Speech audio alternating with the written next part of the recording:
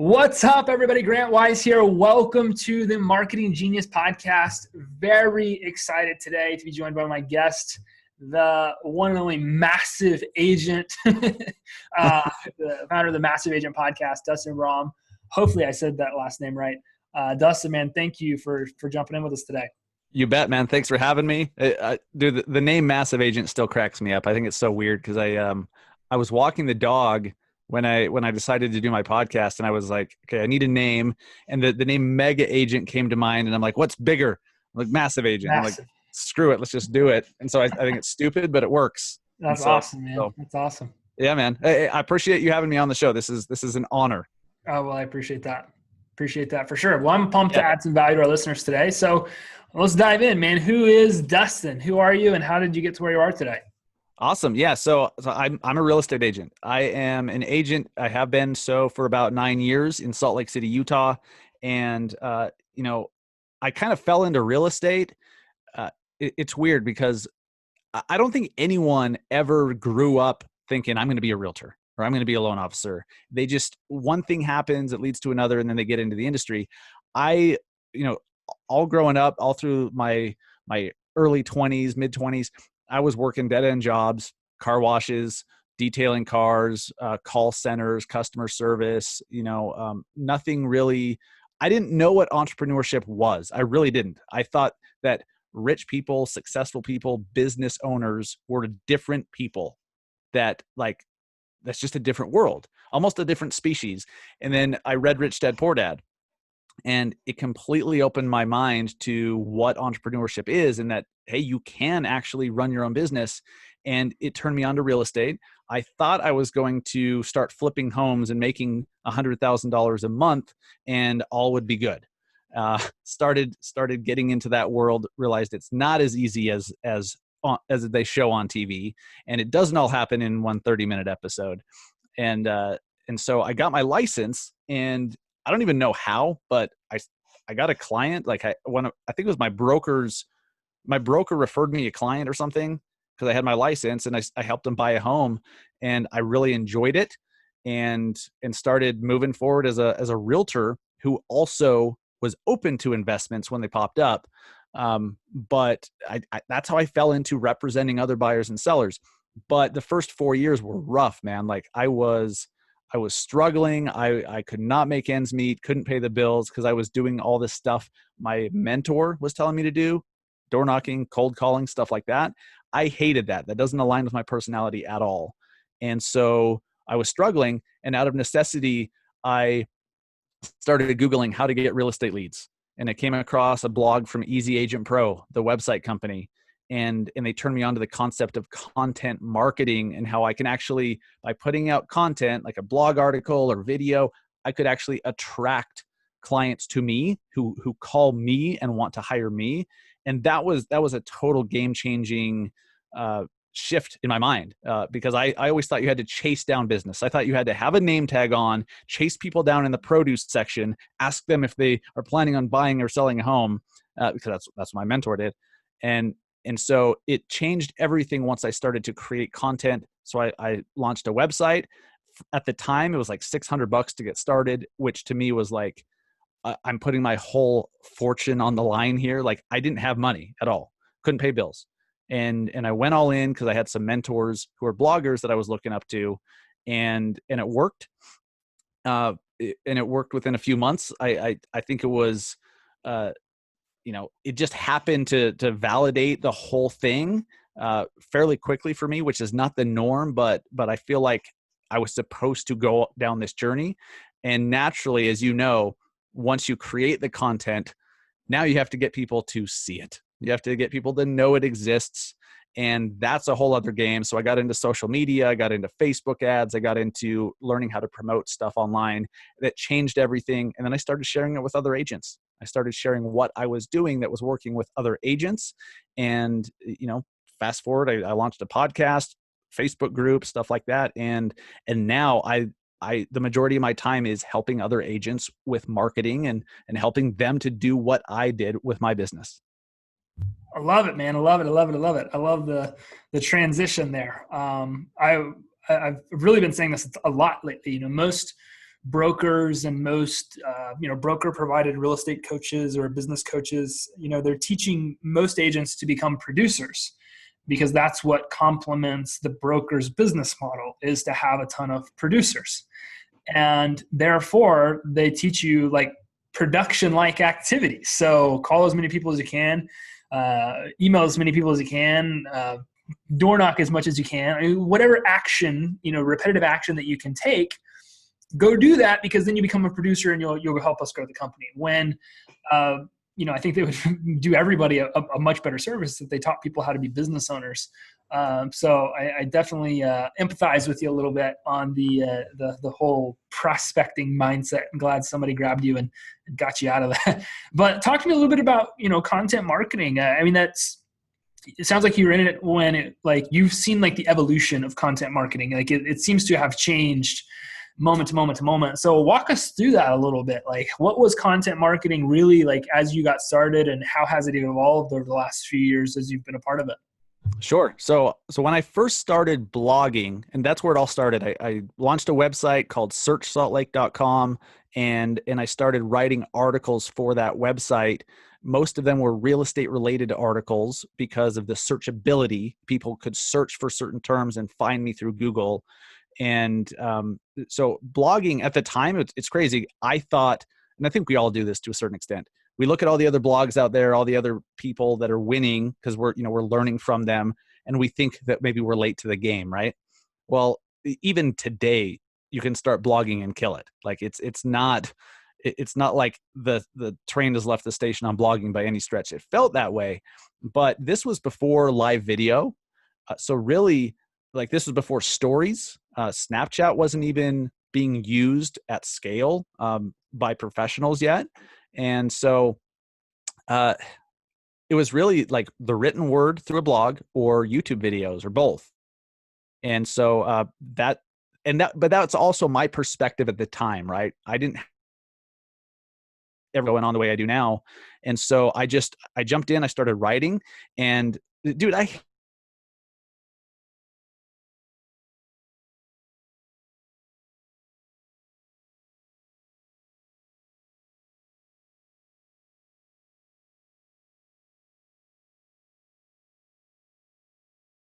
hate writing. So like people don't want to read some like Pulitzer Prize winning like article. Like they want lighthearted. They want, something that's that they can relate to. It's easy to read. And so it worked well. It was well received. And I'm like, cool, I can do this. And I started blogging, and then started I told you, out of necessity, you need to get people to see your stuff after you create it. I realized pretty quickly, real estate related content outside of being searchable on Google and you out. They don't care. Real estate, like 10 tips for first time home buyers. They want to know, like, what are the 10 best sushi restaurants in their town? What's the best coffee shop? Where can you get the best cheese fries or whatever? What are the best free things to do with kids in your town?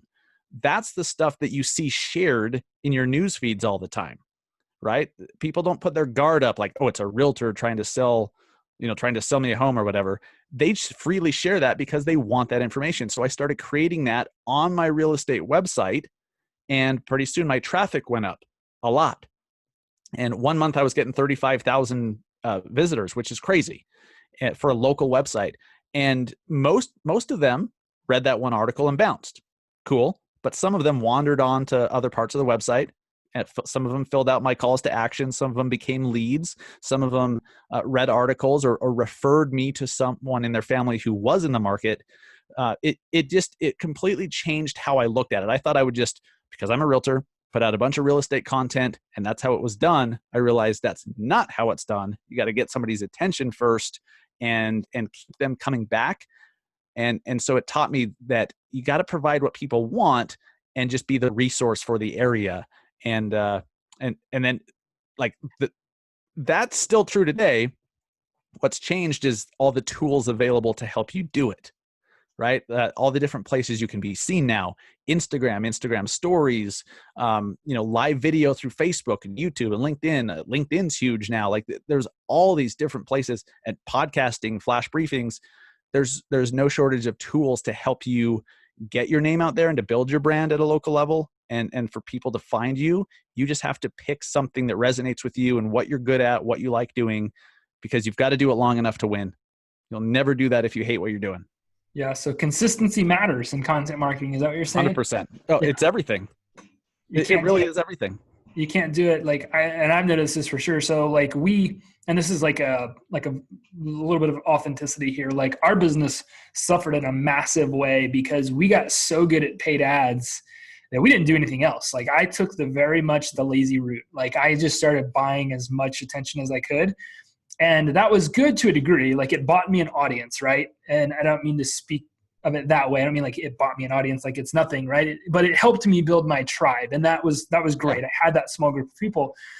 But what I noticed when I became a commodity, which happened, right, in the lead generation game, when everybody started selling lead gen courses, when Facebook stuff changed, when the market became this or that or whatever, right? I noticed that when the paid stuff wasn't working well and I hadn't continued to build my brand organically, man, my business suffered in a big way. Like it was a shot to the gut.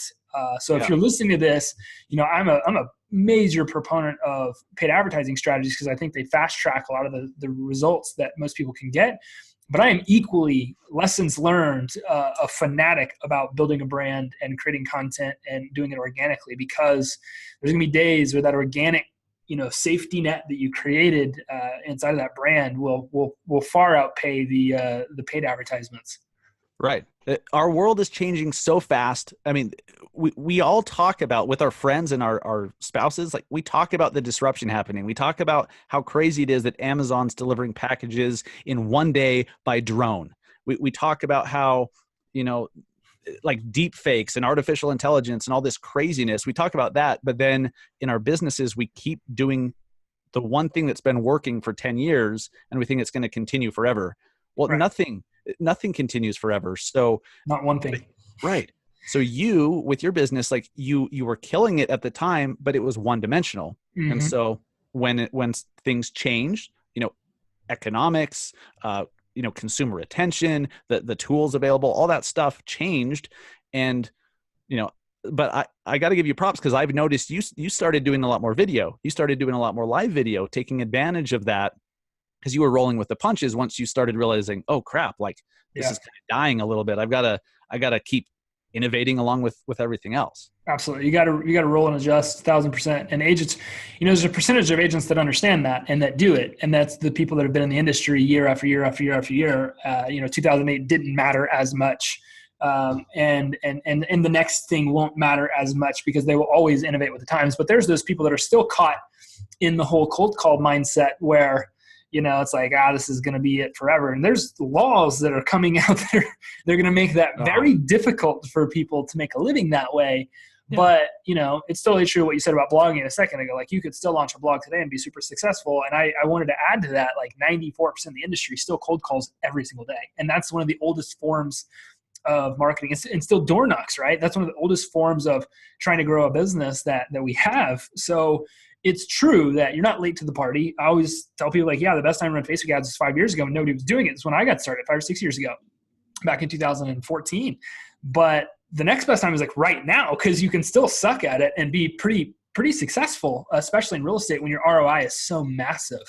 Totally. Talking about the paid side of things, how did did social advertisements change or impact your production? I mean, if you have a website that's, getting 35,000 monthly visitors because you're doing the right thing and sharing community-oriented content, which is what we always recommend, did you start to mix in a nice mesh of retargeting or pixel marketing? Did you talk to me a little bit about that? How did that kind of change things for you, if it did at all? Yeah. So paid traffic, specifically Facebook ads, became about 70% of my production. In one way, shape, or form. And maybe that was, I wrote a blog article and used Facebook advertising to promote it to a certain audience. And then they went to my website and opted in there, somehow 70% of my business was related to Facebook ads. So that's huge. Absolutely. In hindsight, I learned everything that I know about Facebook advertising by doing, and it took years. very expensive, but at the time, we all do this. We're like, oh, I don't have the money. I could have paid $500 and taken a course. I could have hired a coach for X amount per month to like download everything they know. I didn't. I didn't understand the value of that at the time. And so I bootstrapped it. I did it all myself and it took forever, but now I know it, so it's changed so much, but paid advertising is so powerful. You've got to take the time to learn how to do it well, to do it effectively, and to stay on top of all these changes Facebook keeps coming out with. I love the changes, by the way, because our competitors, every time Facebook changes something, Inman does some stupid article or some headline with like, you can no longer run Facebook ads for real estate. Like I've seen headlines like that. I don't think it was an Inman article, but then agents are like, oh, can't do it anymore. And so your competitors are throwing their hands up. They're giving up and they're going, or they're just paying some ungodly amount to Boomtown or whoever to just do it for them. And you've got to learn how to do this stuff yourself, guys. I know I went off into all sorts of different tangents there, but that's okay. I think one of the greatest skill sets that a CEO can have is the ability to do everything. I mean, I don't think that you should do that forever. I think that you should create leverage in your business, but I think you should know how to hold people accountable to results. Yes. And you see people, I've personally been a beneficiary of this lesson, but you see people get in trouble with this all the time in accounting. You don't know how to hold your accountant accountable to what's supposed to be done and be done the right way. You can fail. Your assistant, your transaction coordinator, your media buyer, or your Facebook advertiser, your branding agency. Like if you don't know how to hold each one of these people accountable, it's going to be very difficult for you to truly thrive the way that you want to. The point of creating leverage in a business is to, make it to where you don't have to do all those things. But if you don't know, why somebody's messing up and how to help them correct it, it ends up being money lost no matter what you do. That doesn't just account for, somebody running your marketing. That's every part of your business and your life for that matter. So, yes. I totally agree that you've got to build up those skill sets. Tell me about like, Facebook ads became 70% of your business, but it took time. Like, what did you learn in that process that became some of the most valuable things? Obviously, what not to do is a pretty valuable lesson, but what did end up working for you really well when it came to Facebook marketing? So I'm a very simple-minded guy, which I think helps me because I have to dumb stuff down so much so that I retain it and so that it makes sense in my head. And so what I learned, because Facebook ads can be, if you let it could get very complicated with all these different little things and, click this here, don't do this. And so I had to get so basic with it. And so I boiled it down to knowing how to get somebody's attention. So I started with, okay, what's the goal? What am I trying to do here? Am I trying to just get more people to see an article, or am I trying to capture leads by offering something, or both? So I really got intentional with what am I trying to do, and then reverse engineer how to do that. So okay, if I want leads, then and I want them from this group of people, what does that group of people want? What's going to get the attention of that group of people? What is it? And so then I started, I learned that the number one thing is knowing what you're trying to do, but then how do you get the attention of the person who's going to see your ad, and then how to deliver what you've offered them in a way that keeps them engaged. And so I learned that naturally, but because I'm always dumbing things down in my head, I think that helped me because I realized that's everything. Like all the other stuff is details and you can figure out and fill in the missing pieces, but you've got to approach a campaign. And this is not just Facebook advertising. This is marketing in general, no matter which platform you're on. So this is going to help me everywhere I go forever. We don't put out what you want someone to see, put out what they want to see, and figure out how that can also accomplish what you want. Right. It's, so those basics, that's what I learned that really helped me to thrive is, and once I started to reverse engineer what I'm trying to do and what those people want and what's going to get their attention, and should I do a static image or should I do a slideshow video because it autoplays and moves, all that, it helped me to have more successful ads. And I started, I didn't have to spend as much testing, and I really started to figure it out. I mean, I still come up with ideas and run campaigns that just bomb. I mean, that just happens. Mm-hmm. I think that's literally part of the process for anybody. But knowing, just don't put out what you want someone to see, put out what they want to see, and figure out how to make that work for you too. Yeah, as real estate agents, we've got this tendency to give people what we think that they need, not what people actually want. Today's interest rates. Yeah, which are so irrelevant, so unbelievably irrelevant. But you have a large majority of the industry that's trying to grab a commission check, right? So that we're constantly like, you need me, you need me, you need me, you need me, you need me.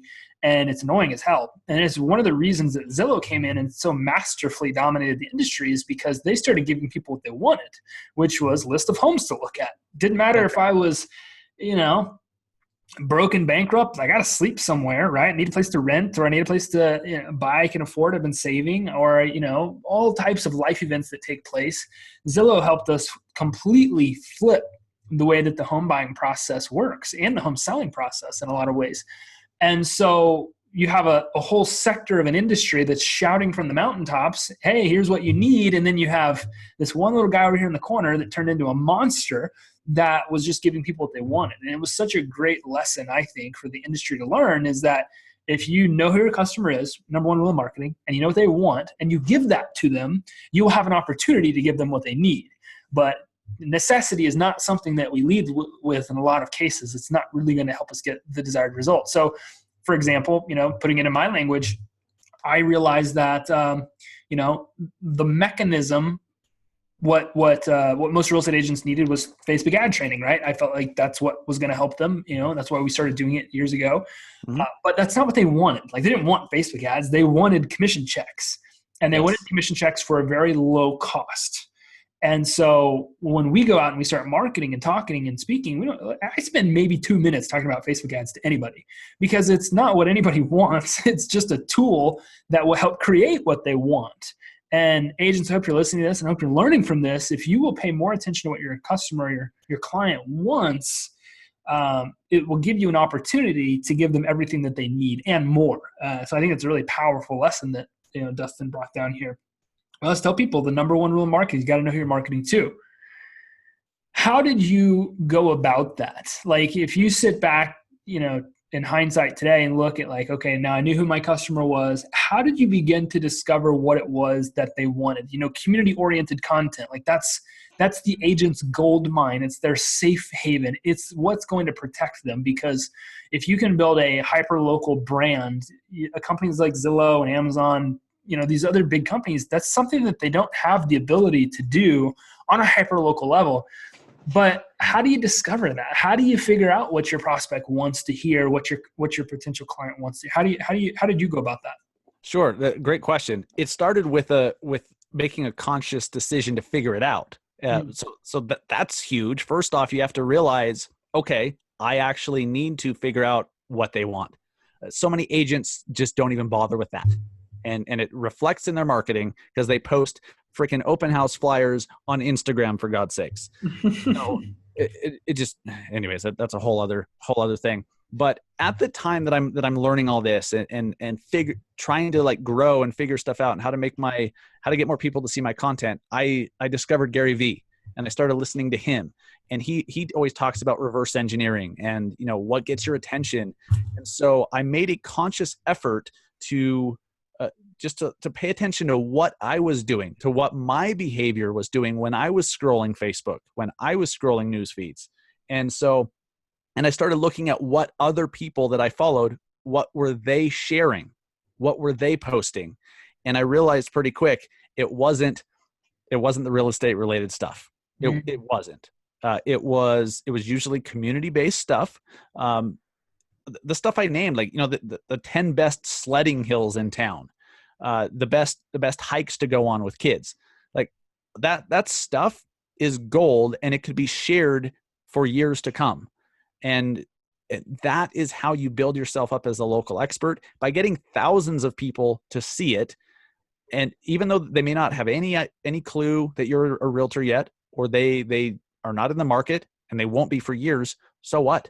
What if they keep seeing it over and over and over for the next year, for the next 6 months, the next 3 years. And pretty soon you've become that resource of great community information. And they know you're a realtor. They know, you mention it once in a while, or your website makes it clear, and boom, now they have someone in their family who needs to sell their house, and they think of you first because they keep seeing your content everywhere. You've just audit what you are doing. What gets your attention when you're scrolling? What gets your thumb to stop, and why? And you're not going to figure it out like in 5 minutes, but just start being conscious of it, and then you'll notice trends. Those trends will help you figure out what people want to see. Yeah. The client avatar exercise is so important. Sitting down and writing out who your customer is. And this is a really easy exercise to do. Who is your client, what industry they work in, what's their income status, what's their gender or family situation, what schools do they need to be by, how many kids do they have, what are their kids like, what locations they're trying to stay away from, what restaurants they go to, what coffee do they type of coffee they drink, what bars they hang out, what their political beliefs, their religious beliefs, what are their likes, their dislikes. And when you narrow those types of things down, it digs even deeper into what real estate programs, finance programs, all of those things really kind of get uncovered when you zero in on who your prospect is. It's so much easier today than it ever has been to uncover what your prospect likes. I mean, Facebook, guys, if you're listening to this, go to Facebook Audience Insights, Google it, and type in real estate in your local community. You're going to figure out really quick. Facebook's going to even tell you what data they've curated to tell you what businesses they like to shop at, what movements they support, what political figure. Like, Facebook will give you all of this information, and it really gives you the keys to creating content. I mean, if I know, for example, that I only work with prospective buyers in the 250 range, which happens to be the median price point of my market, and I work with a middle to upper class buyer that's typically more affluent, that works for one of the corporate companies around Walmart, JB Hunt, or Tyson. Also, everybody that wants to have a product in Walmart has to have an office in Benton County. So I'm working with VPs of companies, vendors that are supplying to Walmart. Like, okay, I know who that person is. Now I know what type of person I'm talking to. Okay, let's take it a step deeper. Where do they like to go hang out? What clothes or what places are they shopping at? Where are they eating dinner? Like, when you know all of these things, then it allows you to really zero in on business leaders to go interview. Those types of content to create, or writing blogs like Dustin's talking about. I mean, that stuff is just, it's powerful. And I know you went through this, so I have to ask, because every agent that's listening to this is probably thinking the same thing. How did you get over the mindset of, maybe I don't want to really limit or, develop a niche because I want to work with everyone. I don't want to limit myself. I don't want to limit my potential. How did you get over that? Because I know that everybody that I talk to has to get over that in their own way. But how was that for you, and what was that experience like? Sure. Very simple. So I started out with, my market is everything. Like, I'll work here, I'll work there, I'll do everything. And all my marketing was Salt Lake, instead of like Holiday or Cottonwood Heights or some of the suburbs, right? Well, I realized, even though my brand was Search Salt Lake, I started doing content about specific areas. It was because when I threw the net so wide, it didn't work. So I realized, maybe everyone who's been talking about focusing your efforts on one area or one type of buyer or type of property or whatever, maybe there is something to that, because this throw the net wide, I'll help anyone, anywhere, anytime, doesn't work. Look, there's so much noise online, social media, on the Google search results, YouTube, everywhere. There's so much noise. There's no shortage of content, and there's hundreds of millions of pieces being created a day. I've made that stat up. It's probably more than that. I don't know. But there's so much noise, and so there's so much power in focusing all your efforts, because you only have 24 hours in a day, same as me. So if you're just trying to please people in the northwest side of town or the southeast, and just trying to create content for all these different areas, you're dividing your efforts. Focus on one subdivision, one community, one town, or one type of home. If it's multifamily or condos or single family, focus your efforts, and those efforts will bear more fruit quicker because it's focused. Absolutely. I couldn't agree more. People always ask like, well, it seems really scary. I'm like, guys, I teach real estate agents how to do Facebook ads. Like, I don't know how much more specific you can get. That's what we used to do. Right now we teach real estate professionals how to build client duration systems. But point is, number one rule of marketing is you got to know who you're marketing to. And when you zero in on the competition, there's something really special that happens. And that is that you create a market for yourself that doesn't yet exist. And you have a lot of agents out there that have this big, like you're talking about, casting a fish net, trying to grab, 0.001% of 100% of a market. And it makes it unbelievably difficult to go out there and really grow your business. When if you will develop this client avatar and develop a niche, what happens is you go in and you now own 85+% of a market that you created. And oh, hey, by the way, when you go from somebody that is a commodity, which is what most real estate agents are, to somebody that is now a specialist, you don't have to negotiate things like your commission check, or you don't have to negotiate all these other like little bitty things that agents I think are really upset with now. Is look, if specialists, they charge whatever the hell it is that they want to charge. They're never negotiating their price. They don't have to. Their value is spoken. It's built into their brand. It's breathed out in everything that it is that they do. And that's what marketing is. And so if you guys can truly harness and understand these things, I'm not saying that anybody's recession proof or market proof or anything like that, but I'm saying that history will tell you that there are still people that thrive even though Walmart came into their market, that there are still people that thrive even though their industry got Amazon, that there are still hotel chains that make more money than Airbnb, that there are still car companies that are killing it even though Uber and Lyft exist, right? There are ways to circumvent some of the things that are taking place in your industry. And the stuff that Dustin's dropping here, man, I mean, that's just, it's the secret. It's the safe haven. Like I've already said in this episode, it's what's going to protect you. You've got me so fired up right now because you're right. The conversations in our industry are rooted in fear of Amazon, fear of Zillow and Open Door and whoever the hell else is out there. Look, these Silicon Valley companies, do not underestimate them, because they have the luxury of coming into our industry, not with all this bias that we have of how things are done and have been done. They look at it as how they should be done, how they could be done. And that's why they win. So that's what you're up against. So Grant, 100% you're right. How do you insulate yourself or protect yourself so that when craziness hits the fan, and look, I think something crazy could happen, like Amazon buys Redfin and says, we will sell your home for free. Then Amazon makes their money off mortgage, insurance, all the other stuff surrounding a move. They can make their money up elsewhere. And Amazon's shown they're willing to take a loss in the short term to build market share in the long term. So what if Amazon did, the most trusted brand in the frickin' world, decides we're going to sell your home for free, literally? Then what? So Amazon's going to take a huge chunk of the market, as they should, but who's going to still get business? The local agent who has become a local expert, a local influencer, a local celebrity. All the stuff we've been talking about, the content marketing, branding yourself, becoming that resource, being found online.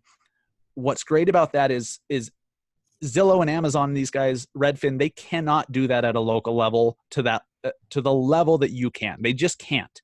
It's not possible to do. So you can do it. So then let Amazon take all those people that want to sell their home for free. Nordstrom is still killing it in a Walmart and Amazon world, right? Why? They sell clothes, so does Walmart. Well, there's a difference in quality, a difference in service, a difference in experience. So there's room for both. That's why you have McDonald's, and then you have the $300 per plate steak joint. Like, you got to understand, it's not everyone is just going to go with Amazon or everyone's going to go with Zillow. You have to become the celebrity so that, and also to your point, when you do that, people stop interviewing others. They make their mind up that they want to hire you before they even reach out. That's what content marketing does for you, is you become that resource and that expert in their mind. And if you've done a good job with video and putting your personality out there, you're sorting people. You're going to repel some people that might not like your personality. I do that a lot because I could be kind of annoying to people. So I hear, so what? I attract people that want to work with me. So I attract the right people. We have more fun. We have longer lasting relationships. I get more referrals from them. And doing business is a hell of a lot more fun. I could talk about this for hours, but this is the solution to all the fear that's out there in the industry. And the variable is work and putting in the time and the effort. And are you going to do it or not? Yeah. And the byproduct is celebrity status. Like, I think you got to understand, like, the byproduct of these things is celebrity status, is influence, is increased income. It's the ability to give back to your community. It's a lot of like really cool stuff. Like, it's not like you're doing a bunch of grungy work just to have it all taken away from you. I was in Long Beach speaking last week, and somebody asked the question, if you could look at a crystal ball 2 years from now, what would be the single what would be the single decision that you would be the most happy that you made? And my answer was building a personal brand. If I could look ahead 2 years from now, I think I would be the most happy that above all else, I worked to create a personal brand, giving as much as I possibly could to the marketplace, because a personal brand gives you the ability to like a pendulum swing any direction that you want. If you look at a guy like Gary Vee, he's got one of the most influential social brands that exists right now. Grant Cardone, look at any of these guys. Gary Vee's an entrepreneur that got a shoe deal. Why did that happen? Because they had a massive personal brand. Grant Cardone started a finance company or an investment firm with a massive stream of influence behind him, and he started these other companies as well. I mean, look at any of these guys. Look at a guy like Tony Robbins, has one of the most influential brands of all time. Guy owns 64 companies. Like, there's a lot of stuff that gets to happen when you build a personal brand, regardless of what happens inside of an industry. And I fully believe it is the protection that a lot of agents are looking for. But you're right, it's the work a lot of people won't do. And you got to be truthful to that. I mean, I travel all over the country. Obviously, we connected in Las Vegas when we were both speaking at Inman Connect.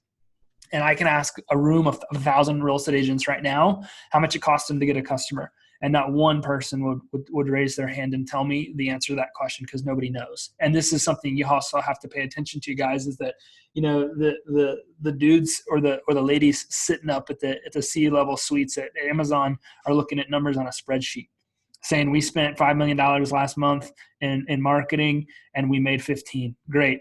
Spend 10, right? They're not looking at anything that's more emotional. They're not looking at anything that's like, they have zero attachment to those reports. It's just numbers on a spreadsheet. And so I think it's why it's so important to do both. I think it's really important to have an organic marketing strategy. And I think it's really important to have a paid marketing strategy, because paid will give you scale and organic will give you trust. And there's a lot of, safety in those types of things for sure. Absolutely. And dude, when you become a well-known brand or a local celebrity, so many other doors open. Yeah. It's not even funny. Like, it's crazy. Yeah, you're going to be invited to grand openings, because they want you to cover it. I was invited to, a few years ago when Topgolf opened in Salt Lake, I was invited to their VIP night. Like, the governor was there and all these like sports reporters, and then little old me and my wife. And it was crazy just because I was a blogger. I've seen a lot of our students that jump into that, like that content marketing, start creating a lot of content around community. Guys, you cannot underestimate attention, because at the end of the day, the coffee shop owner still needs attention. The contractor still needs attention. The painter still needs attention. The local mayor, you'd be surprised, needs attention for his next election. The local sheriff needs attention for his next election. Like, every single person in your community that's trying to get influence wants a piece of what you got. And when you start to build it and you start to build a platform, it's incredible what happens. We've seen a ton of our students do this with massive success. And, we have one over in Orlando gets invited to MC big events now just because he has such a big local brand. He's getting invited into these other business deals. There's a lot of diversification that takes place. But when you have influence, it's pretty powerful what happens. I get hit up literally every day for one of two things. One, to join EXP. But have you really looked at it, Grant? Yeah. And I have. I think EXP is a phenomenal business model. I think it's great. That's hilarious. or two to help somebody promote something, right? And we've been blessed. We built the platform. We put the time in, and this podcast is a very good example. Nobody used to answer my phone calls, but now I've got this podcast and I've got the attention. I call somebody and ask if they want to get some of it. Hey, what happens? Like, great. Now my phone calls are being returned, right? My texts are getting answered. Like, it's amazing what happens when you build attention. So if you get anything from this podcast today, I hope that, hopefully you got a lot, because there was a lot dropped here today, but hopefully you understand that attention is the game. And if you own it, you can do anything you want. That's why Amazon can walk into your space and do whatever it is that they please, because they own attention. So learn from what they're teaching you. It's powerful. I appreciate it, brother. I appreciate it a ton. I know you're a busy guy. We went a little over our time, but when we get into the rant phase, time is irrelevant. We just do whatever we want to do. So thanks for it's an important conversation. So I'm glad we were able to dive deep and talk specifics, because I mean, this is everything. The only variable is, are you going to do what you just learned? Are you going to do what, hopefully you were inspired somehow to do something? Are you going to do it? Yep. That's it. Awesome. What's the best way for somebody to follow you, if they want to connect with you? Sure. The Massive Agent Podcast. Go listen to my Massive Agent Podcast, or go to massiveagentpodcast.com. It has links to all my social. I'm at Massive Agent on social media everywhere. So hit me up, find me. Pretty easy to find. That's what's nice about content marketing and building a brand, is you're easy to find. Yeah, I love it. Definitely go listen to the podcast. I am a subscriber. Love the podcast. Puts out a ton of great content. And Thank you. Definitely encourage that you go check him out. He's a good dude. He loves to give. And as you see, we're all here having really important conversations that will shape the way that the industry continues to work over the next few years. So hopefully you are paying attention and you are taking action. Continue to check out the podcast. Listen to the podcast on the website. I appreciate you guys for doing that so much. Rate us on iTunes and Google Play. Hopefully you got a page full of notes, because I do. And I look forward to seeing you guys on the next episode. Peace.